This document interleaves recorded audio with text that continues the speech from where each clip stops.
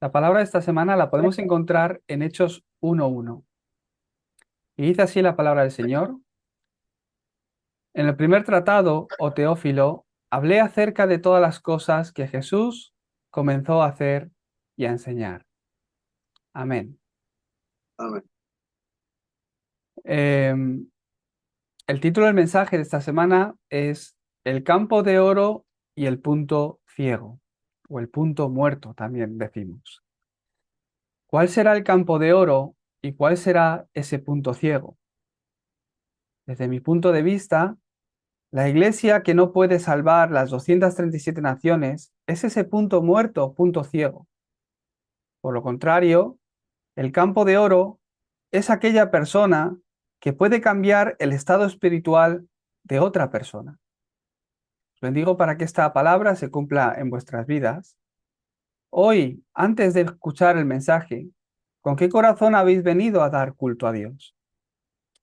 La verdad que por ciertas circunstancias, también a lo largo de esta semana, pues uno es engañado en su pensamiento. En ciertos momentos también yo he sido engañado en mi pensamiento, que me lleva, por ciertas circunstancias, a perder las fuerzas. La característica de mi situación cuando pierdo las fuerzas es porque realmente acabo mirando al yo. Entonces, hoy que he ido a dar culto, cuando he ido hacia la iglesia a dar culto, o hoy que estamos reunidos aquí, ¿en qué he pensado? ¿Quién soy yo? ¿Por qué voy a dar culto? Yo no voy a dar culto porque hoy soy pastor, hoy tengo que estar predicando.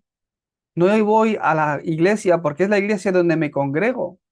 No es Toñín que está en medio de estas situaciones o en medio de este problema el que va a dar culto, sino que hoy realmente soy el Hijo de Dios salvo, que Dios ha llamado, a quien ha amado y ha dado el Evangelio, quien hoy está dando culto delante de Dios. Para mí esto es muy importante, porque si no, siempre el resultado es que todo tiene que comenzar a través de mí o desde mí.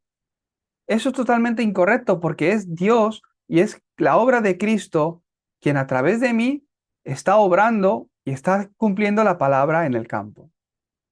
De verdad, tengo que entender cuál es aquello que no se ve, aquello que las personas no ven, pero que realmente es por lo que sufren.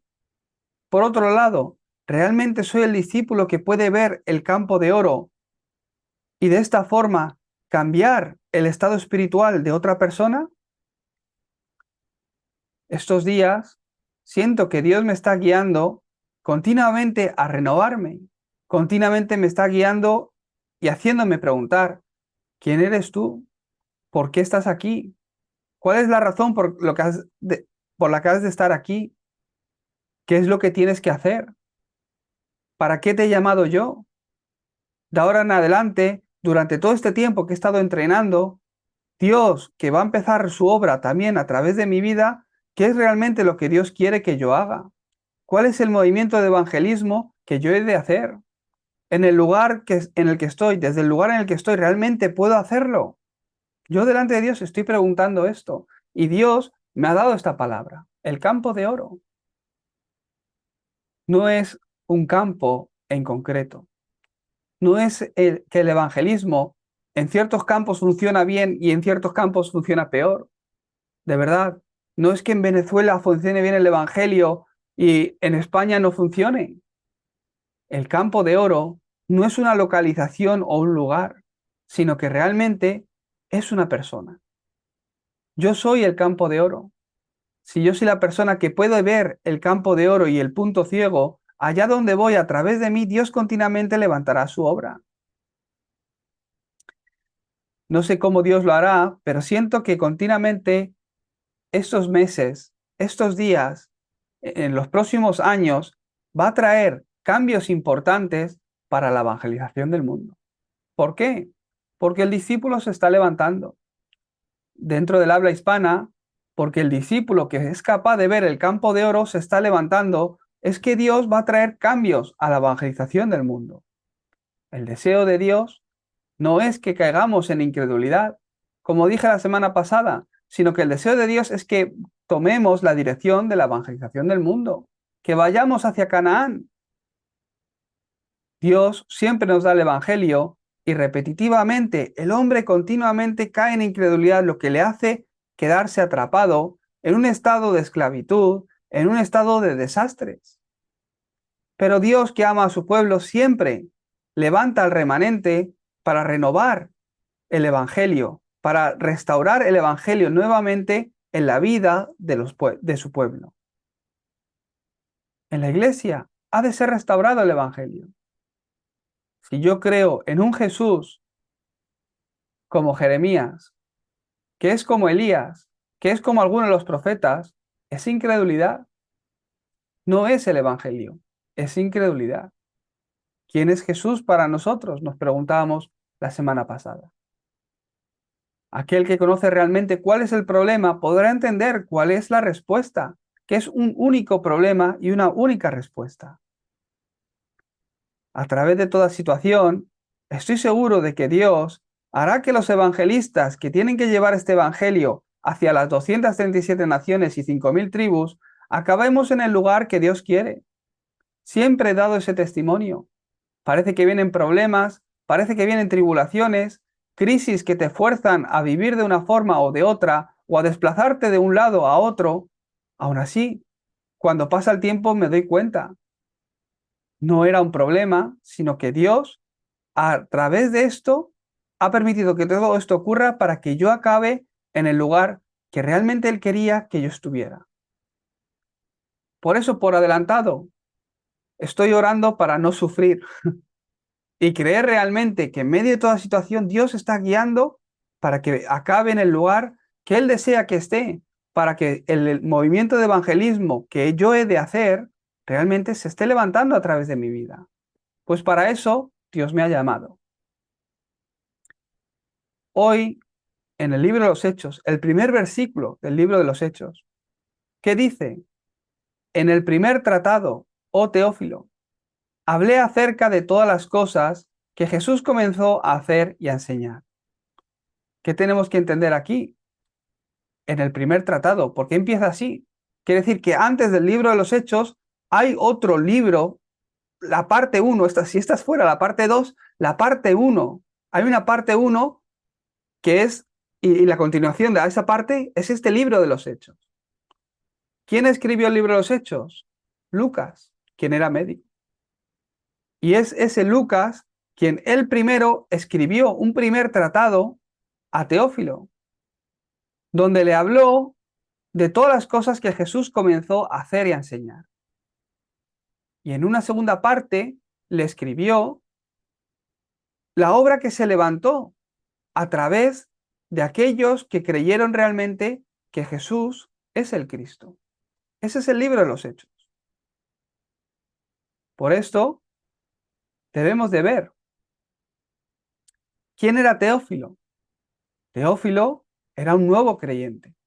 Él era el gobernador de esa época, pero él era un nuevo creyente. No alguien que desconocía de Jesús, sino que él realmente ya creía en Jesús. Y le escribió dos cartas, la carta de Lucas y la carta de el libro de los Hechos, el Evangelio de Lucas y el libro de los Hechos. ¿Por qué Lucas decidió escribir esto tan importante a Teófilo? La torre que hay en Teófilo. Por esa torre es que Lucas escribió ese primer tratado, donde habló algo muy importante. Por eso si vemos en Lucas 1, ¿cómo le introduce esta carta, este Evangelio de Lucas a Teófilo? Dice, puesto que ya muchos han tratado de poner en orden la historia de las cosas que entre nosotros han sido ciertísimas. Está hablando de que ya ha habido muchos manuscritos, gente que ha hablado, gente que ha escrito, que ha transmitido todo lo que ha ocurrido entre nosotros, hablando de todo lo que ha ocurrido junto con la vida de Jesús. Puesto que ya muchos han tratado de poner en orden la historia de las cosas que entre nosotros han sido ciertísimas, tal como nos lo enseñaron los que desde el principio lo vieron con sus ojos y fueron ministros de la palabra, tal como otros evangelios, otros discípulos también nos han contado, nos han enseñado, me ha parecido también a mí, igual que lo han hecho otros discípulos, también a mí me ha parecido, después de haber investigado con diligencia todas las cosas desde su origen, escribírtelas por orden, oh excelentísimo Teófilo. Dado que yo también he sido testigo, dado que yo también he visto todo lo que Jesús ha hecho y que he podido investigar desde el principio cómo comenzó la obra, quién ha sido Él, qué es lo que Él ha hecho, qué es lo que Él ha consumado, yo también he decidido, por orden, ponerlo en orden para contártelo nuevamente, para que conozcas bien la verdad de las cosas en las cuales has sido instruido.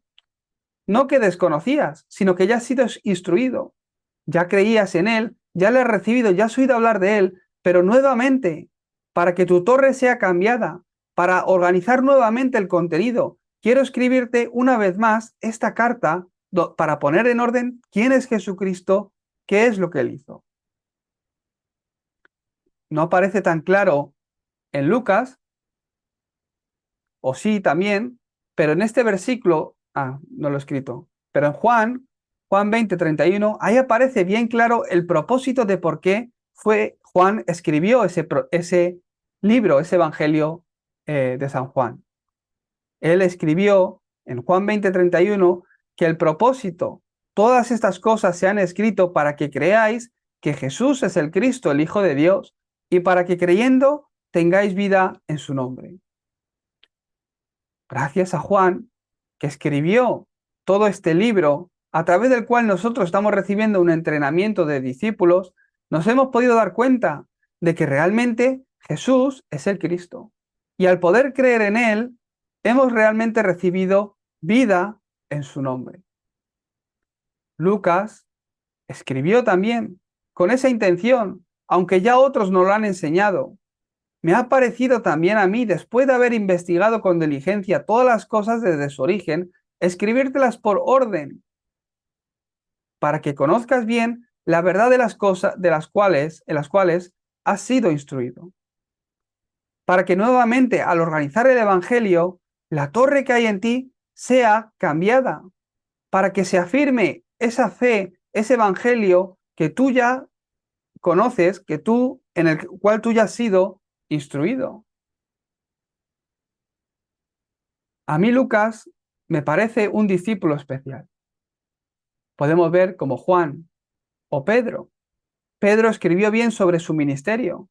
Juan escribió muy bien el tiempo en el que él estuvo con Jesús y después de las cosas que van a ocurrir en el futuro, el Apocalipsis, incluso tuvo esa gracia para escribir el futuro. No solo eso, Lucas era diferente a ellos. No solo relató esto que él vio con sus propios ojos caminando junto con Jesús, sino que después se volvió discípulo de Pablo. En otras palabras, Lucas era un testigo. Pablo no caminó junto con Jesús. Parece que Pablo, que vino después, debería haberse hecho discípulo de Lucas. Pero Lucas tenía esa sencillez de corazón de, al ver a Pablo, incluso volverse testigo, volverse discípulo de Pablo y caminar junto con él. Y es la primera parte del libro de los Hechos, donde Lucas escribe el ministerio que está centrado en el aposento alto de Marcos, centrado en el ministerio de Pedro, pero luego, caminando junto con Pablo, pudo relatar el resto del libro de los Hechos. ¿Para quién escribió esto? Se lo escribió a Teófilo. Es el versículo 1 que hemos leído hoy. Quiero poner en orden todas estas cosas. Teófilo fue alguien que recibió esta carta. Primero, la de Lucas. Luego, el libro de los Hechos. Pero él no vio esa obra del libro de los Hechos. La está leyendo. Lucas sí la vio. Por eso él la escribió. Entonces, en mi vida, ¿quién soy yo? Soy alguien que estoy viendo la obra de Dios como Lucas la vio y la comparto como testigo? ¿O soy alguien como Teófilo que simplemente he oído que estas cosas han ocurrido o he oído que Dios ha obrado de esta forma? Teófilo no vio esa obra, sino que la estaba leyendo. Pero Lucas fue ese testigo. En Juan 1 podemos ver que Jesucristo, quien se hizo hombre, era la luz del mundo y que a esa luz verdadera las tinieblas no podían prevalecer. Los discípulos que recibieron, que creyeron en esa luz, habían de venir desde las tinieblas a esa luz, pero no les funcionaba. Y continuamente fracasaban, continuamente se equivocaban, continuamente vivían preguntándose, preocupados, vivían con sus preocupaciones, con sus conflictos diarios. No eran capaces de meditar su situación junto con la respuesta. ¿Por qué? Porque no veían el campo de oro. Estaban ciegos, estaban bajo el punto ciego. Una persona una vez preguntó a un pastor, ¿de verdad Dios existe? Es que yo no le veo. Y un anciano, una persona mayor que estaba ahí sentada al lado del pastor, de repente dijo, a ver, joven, ¿qué ves aquí enfrente? Estaban en un parque y este joven dijo, pues ahí hay un árbol y una roca. Y el anciano dijo, ¿y por qué? Explícame tú a mí por qué hay un árbol y una roca. ¿Cómo que hay un árbol y una roca? Entonces el joven sorprendido dijo, claro que hay un árbol y una roca. Pues porque lo veo, es muy obvio, está delante mía. Por eso hay un árbol y una roca, lo tengo aquí enfrente. Y el anciano, riéndose, le dijo, perdóname, pero es que yo soy ciego. Para algo que para ti es obvio de que hay un árbol y una roca delante, para mí no lo es. ¿Por qué? No puedo ver. De la misma forma, espiritualmente, tú no puedes ver a Dios. ¿Por qué? Tu espíritu está muerto. Por eso te preguntas si Dios existe o no existe, porque no le puedes ver. Para nosotros es algo muy obvio, porque realmente está vivo y vemos cómo Él obra. La mayoría de las personas viven con su preocupación, meditando en el problema, no meditando en la situación junto con la respuesta, a través de la respuesta. Por eso no ven la respuesta, por eso no escuchan la palabra. Cuando voy al culto, voy junto con mis problemas, no voy como el Hijo de Dios salvo, que hoy va a recibir la palabra que es vida para mí. Por eso no cambia mi estado espiritual. Si yo realmente puedo darme cuenta de esto, así como voy viviendo, ¿qué voy viendo? ¿Qué voy viendo? Las evidencias que se van levantando. Si no lo veo, aunque alrededor mía, o a través de mí, o aunque sea a través del pastor Toñín, la Iglesia de Evangelización del Mundo, la Escuela de Evangelismo, los pastores y discípulos que Dios está levantando del habla hispana en todo el mundo, aunque Dios está trayendo todas esas evidencias y las personas se están levantando con el Evangelio y el movimiento de evangelismo sigue avanzando, si yo no veo esas evidencias, ¿qué ocurre? Que aunque toda esta obra se está levantando delante mía, no las veo. Es que España sigue igual 30 años, 20 años y España sigue igual, 20 años y mi vida sigue igual, 20 años y ¿cuándo vamos a recibir esta respuesta o la otra? Aunque Dios está obrando todos los días y no ha descansado ni un poco, aunque Dios continuamente está cambiando el mundo y obrando centrado en la salvación, como en mí no tengo esas evidencias, no las veo. Ese es el punto ciego que hay en mí. Por eso os bendigo para que vuestros ojos sean abiertos. Los discípulos de Jesús continuamente se preocupaban, preguntaban. Tenían que haber venido de las tinieblas a la luz, pero continuamente fracasaban. un erudito como era Nicodemo, alguien que conocía muy bien las escrituras, pero no podía entender la salvación. ¿Cómo que para ser salvo tengo que nacer de nuevo? ¿Me estás diciendo que entre nuevamente al vientre de mi madre y volver a salir? Ese es un punto ciego. Nicodemo era un punto ciego. Alguien que estaba muerto. ¿Qué será el campo de oro? No es un lugar donde el evangelio o el evangelismo funciona, sino que es una persona y el estado espiritual que tiene esa persona. Si realmente yo puedo ver el estado espiritual de las personas y me vuelvo la persona que puede cambiar sus estados espirituales, mi vida en sí, mi ministerio, allá donde voy, se vuelve campo de oro.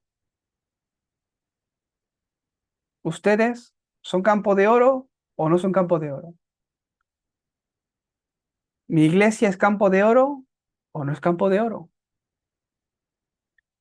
Si somos campo de oro, todos los días allá donde vamos, independientemente con quien me encuentre, seré capaz de ver, este era el plan de Dios. Por eso Dios me ha permitido este encuentro. Dios está obrando de esta forma. Y todos son respuestas, ¿verdad? Si no las veo, porque todavía hay un punto ciego en mí. Por eso en el punto número 1 de hoy, el punto ciego. ¿Cuál piensan que es el problema del hombre?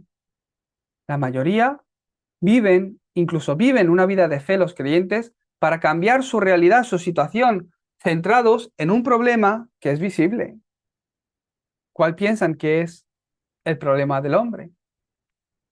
Su estilo de vida, su adicción. Es que yo tengo este problema. Soy adicto a esto. O es que he caído en esto o el otro. Si pudiera dejar el alcohol, si pudiera dejar de pelear, si pudiera dejar de tener estos problemas familiares, mi vida sería genial. Me iría todo bien. Si solo pudiera quitarme esto de en medio. Para otros, el dinero. Si tuviera algo más de dinero, me iría mucho mejor. Mi vida sería totalmente diferente. Porque no tengo dinero, no puedo apoyar. Ese es mi problema. Debido a que no he tenido dinero, no he podido estudiar o recibir una educación. Porque no tengo dinero, no puedo hacer esto o lo otro, o me impide para el Evangelio hacer esto o lo otro. ¿Cuál es el problema del hombre? Mi enfermedad. ¿Por qué Dios me lo permite? ¿Por qué Dios me permite a mí con la de gente mala que hay ahí afuera? Yo que no he hecho nada, ¿y por qué yo caigo enfermo?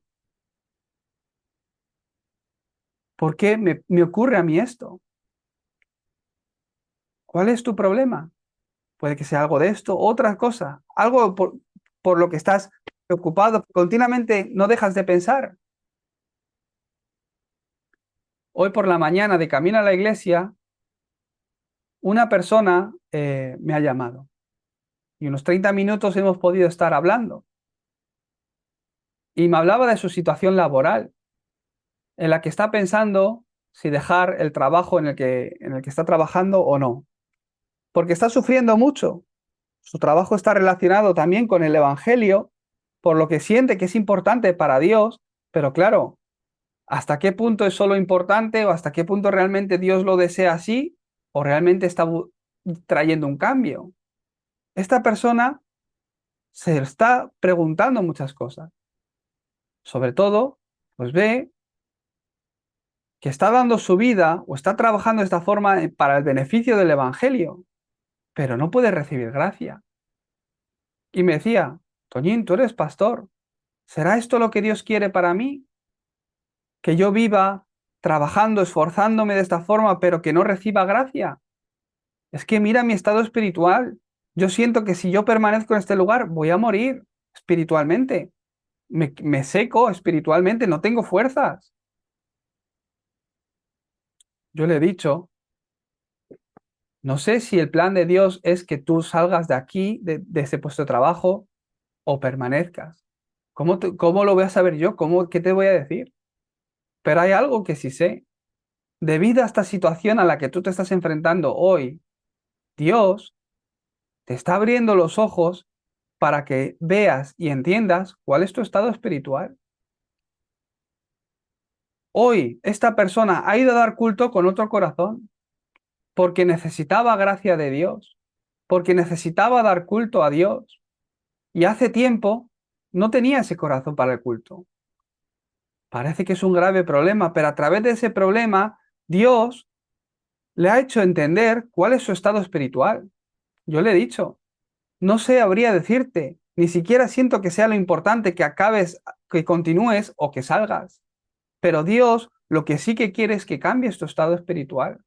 No estás recibiendo gracia, no estás recibiendo la palabra. Dios quiere que recibas gracia, Dios quiere que restaures el culto primeramente. La situación en la que estás, el estrés que estás recibiendo, los conflictos que tú tienes, la situación en la que tú tienes que tomar una decisión, es un resultado, algo que ha aparecido, que se ha hecho visible, pero que realmente tu problema no es esta situación, sino que ahora mismo tu corazón, tu pensamiento está en conflicto, están divididos. ¿Cuál es el plan de Dios? ¿Qué es lo que Dios quiere para mi vida? Esto no es un bulto que te sale en el hombro. Eso es un conflicto en mi pensamiento, en mi cerebro, que viene de mis pensamientos y de mi corazón. Tienes que ser capaz de verlo. Pero la mayoría siguen sus objetivos, siguen sus propios deseos e intentan cambiar una realidad física. Es el punto ciego el que estoy explicando en el día de hoy. Tienes que ser capaz de ver este problema que está oculto. No es fácil de verlo porque está oculto, porque es mental, es espiritual, pero tienes que verlo. ¿Por qué? Porque la mayoría piensa que el problema visible es mi problema, pero no lo es. Yo no quiero pensar de esta forma, yo no quiero sentir esto, yo no quiero vivir preocupado, pero esa preocupación se ha apoderado de mí, se ha apoderado de mi pensamiento y de mi corazón y me hace vivir de esta forma. Esto no empieza en ti, esto no lo has escogido tú, pero sin tener nada que ver contigo, ha llegado un día a tu vida y vives con esa carga.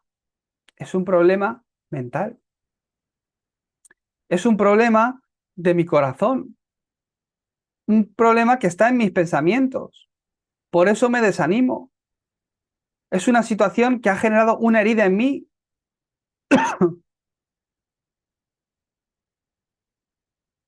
Y pensamos que si no hubiese tenido este problema, me iría bien. Pero realmente todo eso es un engaño. Mi vida no está así por una situación, por un acontecimiento que ocurrió en mi vida. Eso ha podido generar una herida en mí, pero hay un problema oculto y algo más allá, mucho más profundo, un problema espiritual. Génesis 3, del 1 al 6, el hombre quedó separado de Dios. Que quedara separado de Dios, le decimos que quedó muerto espiritualmente. Si no revivo mi espíritu, no hay forma en la que el hombre pueda ser feliz. No hay forma en la que el hombre pueda encontrar una respuesta a su vida. El hombre que fue creado para estar con Dios quedó separado de Dios, muerto espiritualmente, bajo la condenación del pecado, bajo la autoridad del pecado original, bajo la autoridad de Satanás. Estábamos muertos en nuestros delitos y pecados, bajo la corriente de este mundo en la que andábamos hace tiempo, bajo la autoridad de aquel que tiene la potestad del aire, Satanás. Por esa condición del pecado, pertenecíamos al diablo. Por eso, por cuanto todos tenemos pecado, estamos destituidos de la gloria de Dios. Eso es un punto ciego en el hombre que el hombre desconoce, pero vive de esa forma. Vive bajo la autoridad de Satanás. ¿Cuál es la ambición de Satanás? ¿Cuál es su mayor deseo? Que llegues a pensar que puedes vivir sin Dios. Esa es su mayor ambición. Obró así con Adán y Eva y obra hoy día de la misma forma. ¿Qué es lo que más desea? Que pienses que sin Dios puedes vivir. Ese es el estado fundamental en el que está el hombre. Voy a probar a vivir, voy a vivir en mi esfuerzo, voy a hacer las cosas bien. No, si estudio tendré el éxito, si gano dinero seré feliz. No hay Dios, solo está el yo.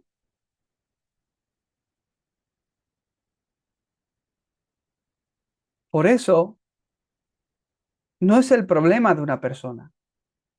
Cuando veo una persona en problemas, no es simplemente que un día le ha venido esta situación.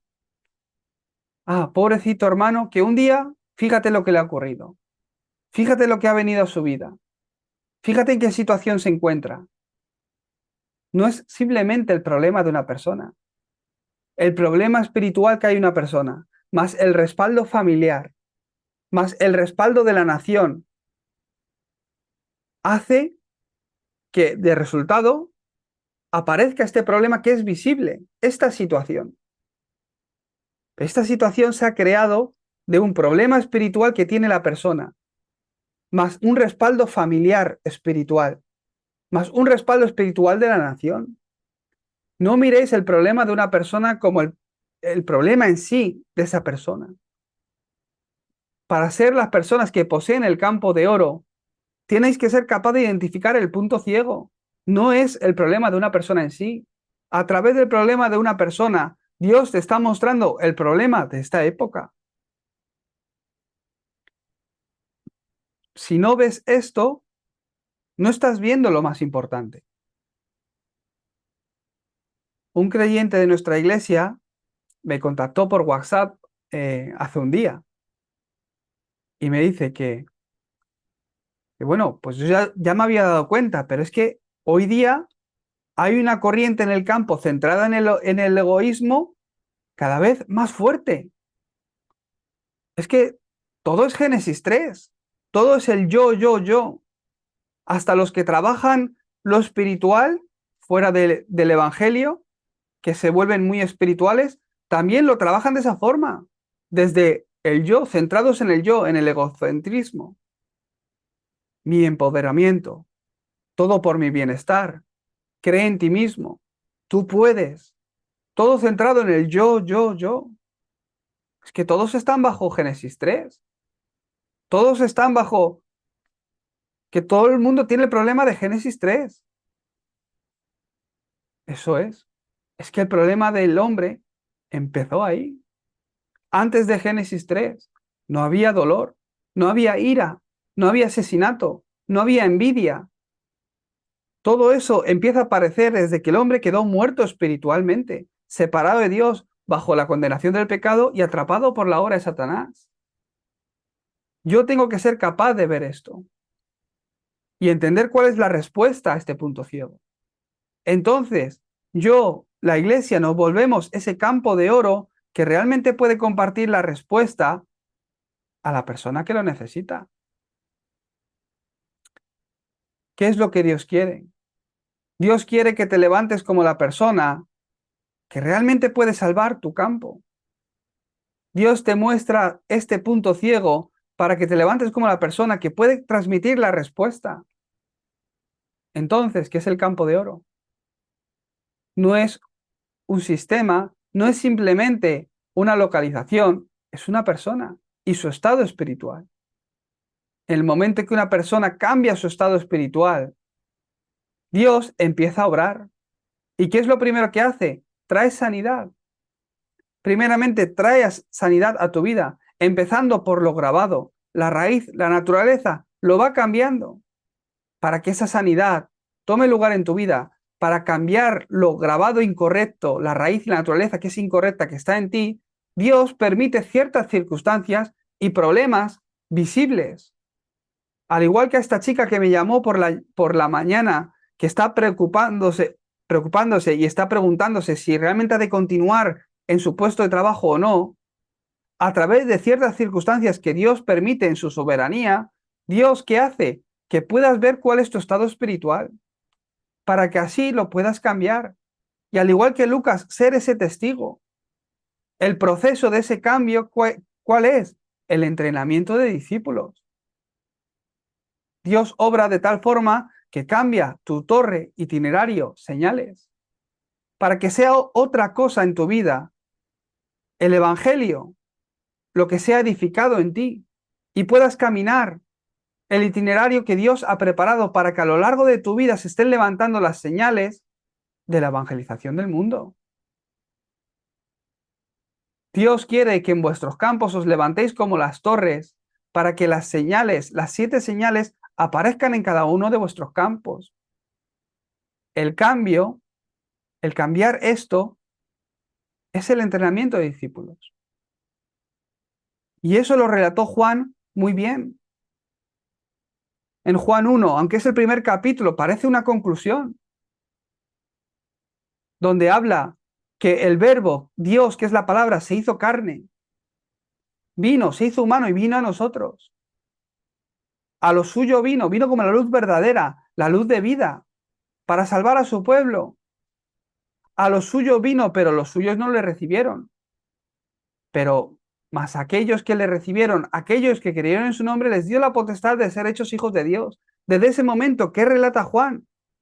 Estos dos tipos de personas, aquellos que no le recibieron y aquellos que sí le recibieron.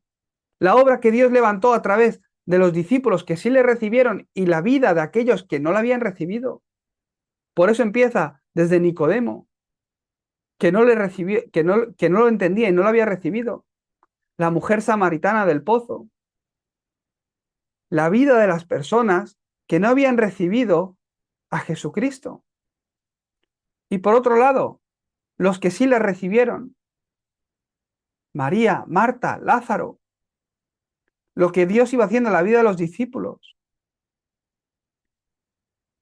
El proceso de ese cambio, ¿cuál es?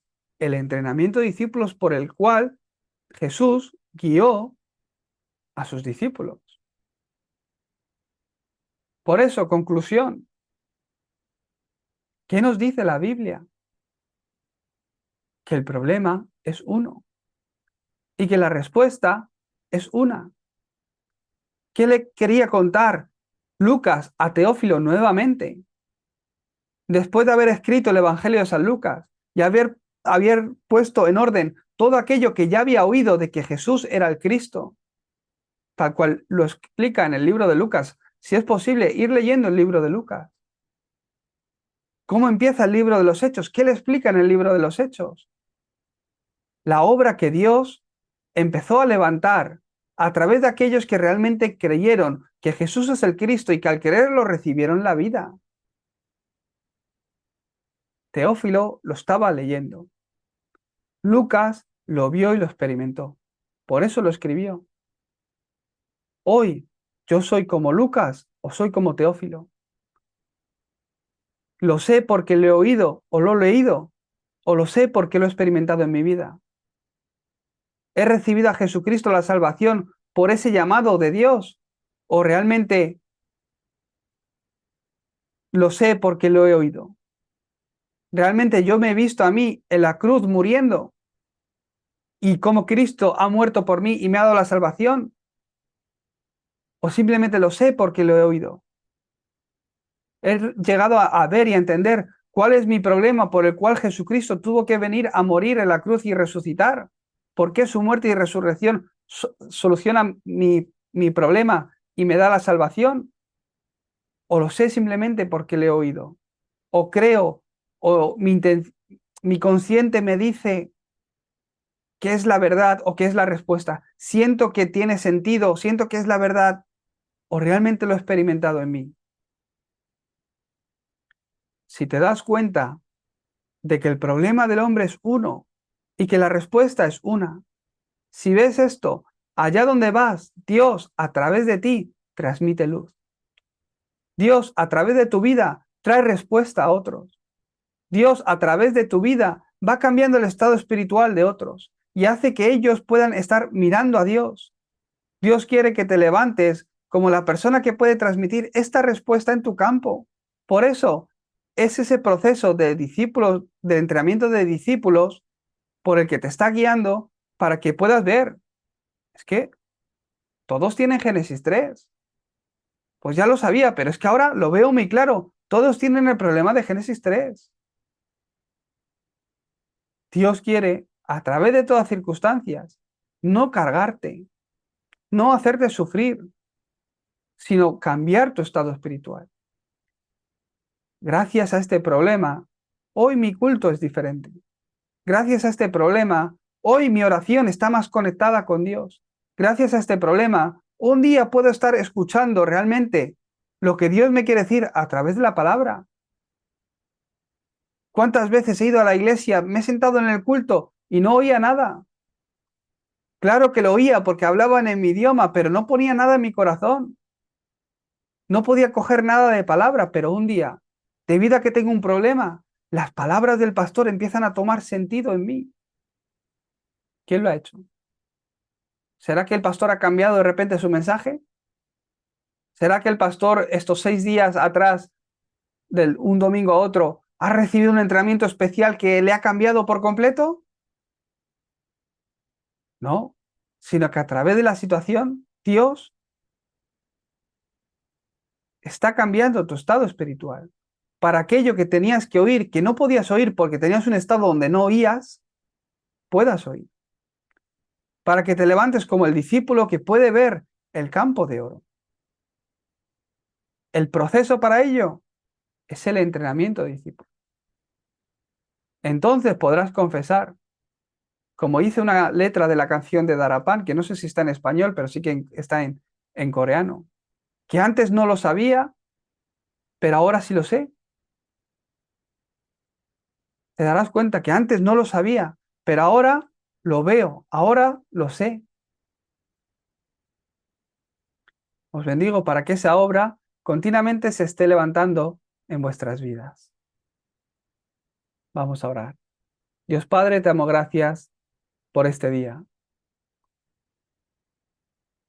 Al igual que Lucas escribió esta carta, el libro de los Hechos, a Teófilo. De la misma forma que Lucas, podamos ser testigos de la obra que tú levantas, del evangelismo bíblico que tú levantaste en el libro de los Hechos, hoy día también aquí en nuestras vidas, en nuestra iglesia. Que a través de nosotros, Señor, las respuestas del libro de los Hechos vengan sobre nuestros campos. En el nombre de Jesucristo oramos. Amén.